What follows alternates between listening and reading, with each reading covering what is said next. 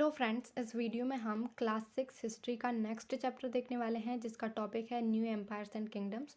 तो फ्रेंड्स, आज हम नोट से देखने वाले हैं जिससे कि हमारा ज़्यादा से ज़्यादा टाइम बच जाए और अच्छी से अच्छी स्टडी हो सके। जो मेन पॉइंट है वो सब अपन देखने वाले हैं।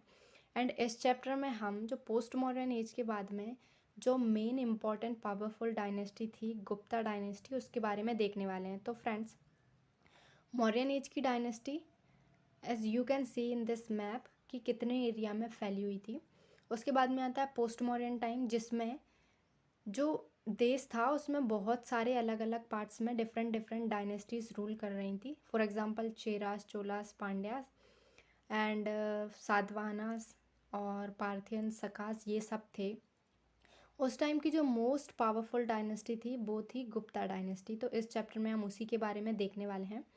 तो फ्रेंड्स, जो 320 से 540 एडी वाला पीरियड है उसे अपन गुप्ता एज बोलते हैं। And this is also called the golden age of Indian history, क्योंकि इस टाइम पे बहुत सारी फील्ड्स में ज़्यादा डेवलपमेंट हुआ था। जैसे कि अगर अपन देखें तो art, architecture, literature, philosophy, trade, science and agriculture, इन सब फील्ड्स में बहुत ज़्यादा डेवलपमेंट हुआ था। ठीक है। अगर अपन बात करें कि हमें गुप्ता एज के बारे में कौन कौन से सोर्सेज से पता चलता है, तो दो टाइप के सोर्सेज मिलते हैं। One is archaeological and the another is literary sources. तो आर्कियोलॉजिकल में friends like rock cut temples हो गए, अजंता केव्स, प्रयागराज प्रशस्ति, जो कि समुद्रगुप्त जो किंग थे उनके कोर्ट में एक पोइट रहते थे हरिसेना, उनके द्वारा लिखी गई है। ठीक है। तो ये सब आर्कियोलॉजिकल सोर्सेज हो गए। एंड जो लिटरेरी सोर्सेज और कॉइन्स मिले उनसे भी अपन को बहुत सारी इन्फॉर्मेशन मिलती है। जैसे कि गोल्ड एंड सिल्वर कॉइन्स मिले हैं जो कि समुद्रगुप्त, जो उनका एक रूलर था, उसके द्वारा इशू किए गए थे।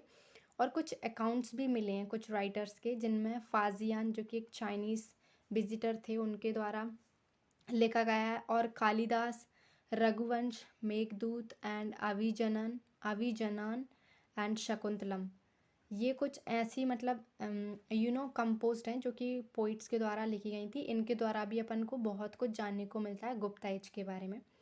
अब अगर अपन गुप्ता एम्पायर के रूलर्स के बारे में बात करें तो ऐसा माना जाता है कि जो श्री गुप्ता थे वो गुप्ता डायनेस्टी के फाउंडर थे।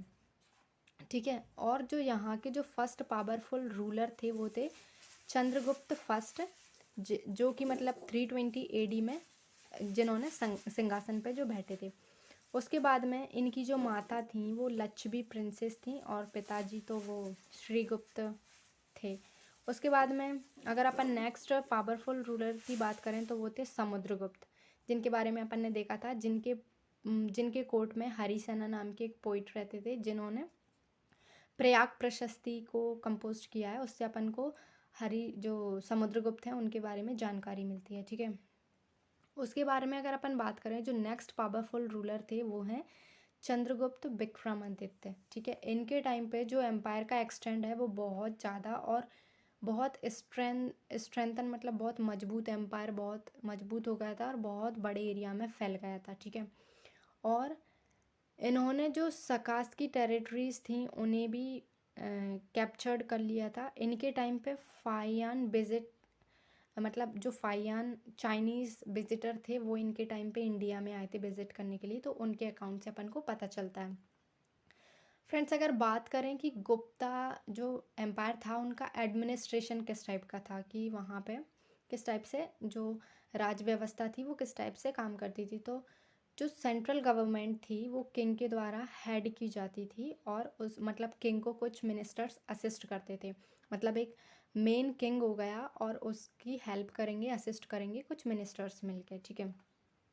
उसके बाद में कुछ जो गुप्ता एम्पायर था वो कुछ डिफरेंट डिफरेंट प्रोविंसेस में टूटा हुआ था। जैसे कि आजकल जो इंडिया है वो स्टेट्स में डिवाइडेड है, ऐसे ही जो गुप्ता एम्पायर था वो प्रोविंसेस में टूटा हुआ था, जिन्हें अपन देशा भी बोलते हैं।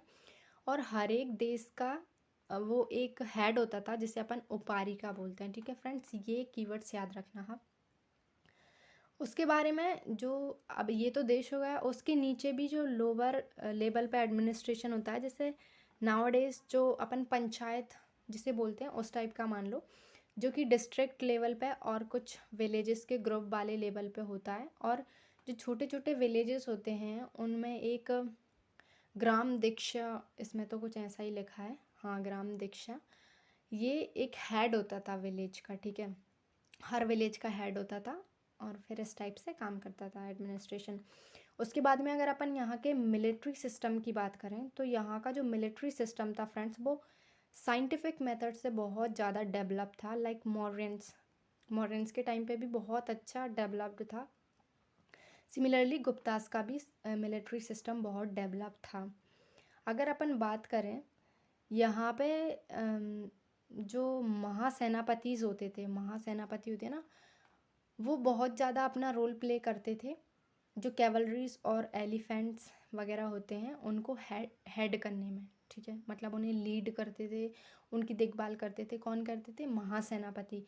द नेक्स्ट वन इज, कुछ रैंक्स होती थी जिन्हें अपन बोलते हैं महासंधि विग्रहिका, ठीक है, कुछ मतलब इम्पोर्टेंट वो होते थे जो कि एग्जिस्ट करते थे उस टाइम पे, ठीक है। महासंधि विग्रहिका मतलब शायद वो लोग होते थे, शायद क्या, यस, वो लोग होते थे जो मतलब पीस के लिए काम करते थे, और जो युद्ध का जो मेन काम होता था वो इन्हीं के ऊपर होता था।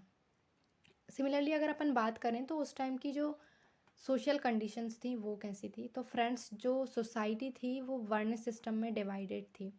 अपन ने ये कौन से चैप्टर में पढ़ा था? वेदास वाले चैप्टर में पढ़ा था वर्ण सिस्टम, ठीक है। अगर आपने नहीं पढ़ा हो तो आप प्लीज़ एक बार जाके उस लेक्चर को ज़रूर देखें, वर्ण सिस्टम क्या होता है। तो गुप्ता एज में भी वर्ण सिस्टम एग्जिस्ट करता था।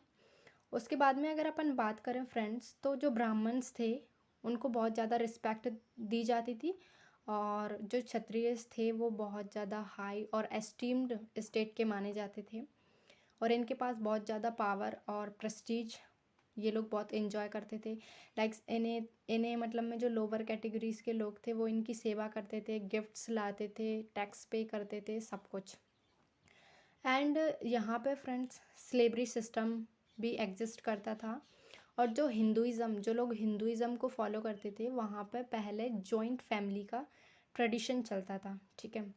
उसके बाद में अगर अपन देखें तो customs of polygamy and sati are also start developing.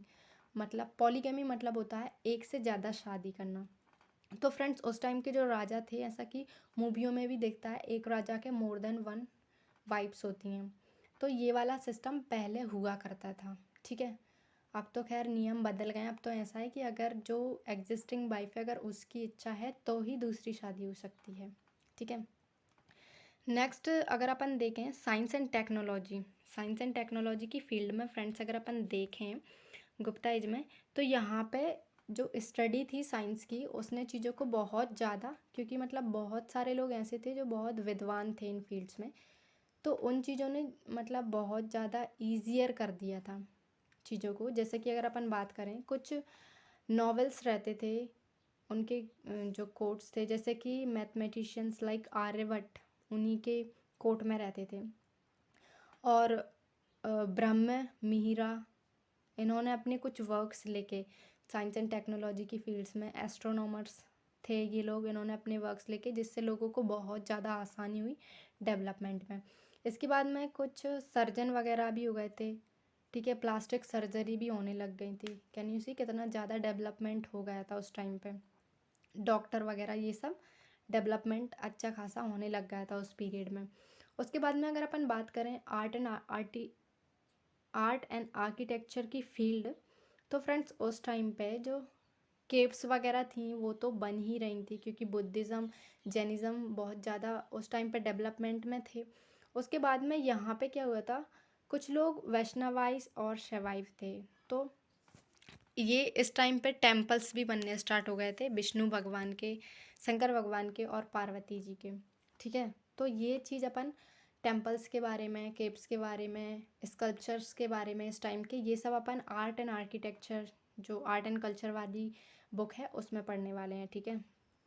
उसके बाद में अगर अपन देखें तो इस टाइम के कुछ फेमस टेम्पल्स हैं, जैसे 10 अवतार टेम्पल है जो कि झांसी में है, ठीक है। वैसे ही विष्णु टेम्पल है जो कि तिगावा, और शिव टेम्पल है जो कि भूमारा में है, शिव टेम्पल, ठीक है। ये सब आप याद रखना, ये जस्ट 3 लोकेशंस हैं, 10 अवतार झांसी में, विष्णु टेम्पल तिगावा में, एंड शिव टेम्पल भूमारा में, ठीक है। उस टाइम की कुछ पेंटिंग्स भी मिली हैं। ऐसा माना जाता है कि जो पेंटिंग्स थी इस टाइम पे बहुत ज़्यादा हाईएस्ट रीच पर पहुंच गई थी। ठीक है, मतलब बहुत अच्छी एक एडवांस्ड टेक्नोलॉजी यूज़ होने लगी थी पेंटिंग्स को बनाने में। सिमिलरली अगर अपन दूसरी बात करें तो इस टाइम पे जो अजंता केव्स हैं, बुद्धिस्ट केव्स, अजंता बाघ केव्स जो कि ग्वालियर में हैं, बाघ केव्स ग्वालियर में हैं। तो इस टाइम पीरियड की ही केव्स हैं जो कि मिली हैं और उनमें बहुत अच्छी इंडियन आर्ट मिली है। ठीक है, उसमें कुछ पेंटिंग्स हैं, स्कल्पचर्स हैं, मूर्तियां हैं, वो सब मिले हैं अजंता केव्स एंड बाघ केव्स में जो कि ग्वालियर में है। उसके बाद में अगर अपन बात करें इस टाइम के ट्रेड एंड रिलीजन की, तो फ्रेंड्स अपन को पता है ट्रेड में तो इंडिया बहुत पहले से फ्लरिश है। तो इस टाइम पे जो ट्रेड था, जो दूसरी कंट्रीज़ हैं जैसे कि वेस्ट है, ये लोग वेस्ट वेस्ट मतलब यूरोप हो गया, अफ्रीका हो गया, और भी बहुत सारी कंट्रीज़ हैं जिनके साथ में ये ट्रेड करते थे। तो ये जो पर्शियन गल्फ़ है, पर्शियन गल्फ़ और रेड सी के थ्रू ट्रेड बहुत ज़्यादा होता था इस टाइम पे। दूसरी बात अगर अपन बात करें तो कुछ फेमस पोर्ट्स हैं जैसे कल्याणी, बरोच, कॉम्बे एंड ताम्रलिप्ति। ये कुछ पोर्ट्स हैं जो उस टाइम के बहुत डेवलप्ड पोर्ट्स थे। इनके थ्रू सी ट्रेड बहुत ज़्यादा होता था। उसके बाद में यहाँ पे शिप बिल्डिंग इंडस्ट्रीज़ भी होती थी। ठीक है, मतलब जो जहाज़ बनाने की इंडस्ट्रीज़ होती हैं वो इंडिया में बहुत ज़्यादा डेवलपमेंट हो चुका था, उनका पीक पर थी। सिमिलरली अगर अपन बात करें तो हिंदुइज़्म और जैनिज़्म फ्लरिस्ट कर रहे थे अंडर द गुप्ताज। ठीक है, बहुत सारे गुप्ता रूलर्स थे जिन्होंने हिंदुइज़्म और बुद्धिज़्म को पैट्रोनेज दिया। उसके बाद में कुछ डोनेशंस भी दिए गए गुप्ता रूलर्स के द्वारा जो कि टेम्पल्स और केव्स को मेंटेन करने के लिए काम आए थे। साथ साथ में जो संस्कृत लैंग्वेज है उसको भी बहुत ज़्यादा पैट्रोनेज मिली। मतलब मैं उसके परफेक्शन आ गया था, उसकी जो लिखावट होती थी उसमें परफेक्शन आ गया था। कुछ बहुत सारे पोइट्स थे, संस्कृत पोइट्स थे जो कि गुप्ता रूलर्स के कोर्ट्स में रहते थे। ठीक है, सिमिलरली अगर अपन बात करें फ्रेंड्स तो जो 460 AD वाला टाइम है, उस टाइम पे जो गुप्ता डायनेस्टी है उसका डिक्लाइन होना स्टार्ट हो गया था और ये जो 6th सेंचुरी AD आते आते ये कोलैप्स हो गई थी पूरी तरीके से। तो जो हर्षवर्धन थे उनके बारे में दे रखा है। जो हर्षवर्धन थे इनके बाद से, हर्षवर्धन के बाद से जो किंग्स आए वो बहुत ज़्यादा कमज़ोर थे, इसकी वजह से इसका डिक्लाइन होने लग गया था। ठीक है, अगर अपन बात करें तो ये ग्रेटेस्ट जो रूलर था गुप्ता डायनेस्टी के वो थे हर्षवर्धन। इनके टाइम पे एक चाइनीज़ ट्रैवलर आए थे जिन्होंने इनकी बहुत ज़्यादा तारीफ़ की है, जिनका नाम था हुइनज़ैंग। ठीक है, ये स्पेलिंग लिखिए, हुइनज़ैंग उनका नाम था। उसके बाद में हर्षवर्धन है फ्रेंड्स, उन्होंने ट्राई किया जो नर्मदा रिवर को क्रॉस करके वो लोग साउथ में आना चाहते थे ताकि, लेकिन इन्हें जो चालुक्य किंग थे पुलकेशिन टू जो थे इन्होंने इन्हें हरा दिया था, जो कि चालुक्य डायनेस्टी से बिलोंग करते थे। तो इस चीज़ को एक कवि थे पुलकेशिन टू के कोर्ट में जिनका नाम था रवि वर्मन शायद नाम था, उन्होंने लिखा था कि कैसे इन्होंने हर्षवर्धन को हराया। वो सब अपन 12th क्लास में देख लेंगे। ठीक है, फिर उसके बाद में जो हर्षवर्धन थे वो शंकर भगवान के फॉलोअर्स थे। ठीक है, उसके बाद अगर अपन बात करें तो सदर्न इंडिया में कुछ किंगडम्स थे जो कि गुप्ता एज के डिक्लाइन के बाद में आए थे, जैसे कि सातवाहनास, चालुक्यास, पल्लवास। ठीक है, उसके बाद अगर अपन बात करें जो चालुक्यास थे वो जो विंध्यास वाला रीजन है, विंध्या हिल के साउथ वाला रीजन है उससे, और जो कावेरी रिवर है वहाँ तक फैला था। और जो चालुक्य रूलर थे उनके जो मोस्ट पावरफुल किंग थे वो थे पुलकेशिन टू। इनके टाइम पे बहुत अच्छे ट्रेड रिलेशंस थे with Arabia, Iran and south east Asia. ठीक है, ये चीज़ें याद रखना। उसके बाद अगर अपन बात करें तो डीप साउथ में अगर अपन जाएं तो पल्लवास जो कि कांची वाले एरिया में रूल करते थे। इनके जो ग्रेटेस्ट रूलर थे उनका नाम था महेंद्र वर्मन फर्स्ट। एंड जो साउथ के किंगडम हैं उनके बहुत ज़्यादा इफ़िशियंट एडमिनिस्ट्रेशंस होते थे। ठीक है, इफ़िशियंट का मतलब बहुत अच्छे से चलाते थे ये लोग। उसके बाद में यहाँ पे कुछ असेंबलीज भी हुआ करती थी। ठीक है, जैसे कि अगर अपन देखें साउथ इंडिया में असेंबलीज फेमस थी, जैसे और जो कि विलेज की असेंबली हुआ करती थी, मतलब जो विलेज की असेंबली हुई उसे अपन और बोलेंगे। और नगरम बोलेंगे जो कि मर्चेंट्स के ऑर्गेनाइजेशन होते हैं ना, मतलब बहुत सारे मर्चेंट्स ने मिलके एक ऑर्गेनाइजेशन बना लिया, उसे अपन ने नगरम बोल दिया। ठीक है, तो friends with this we have come to an end of this chapter. See you soon.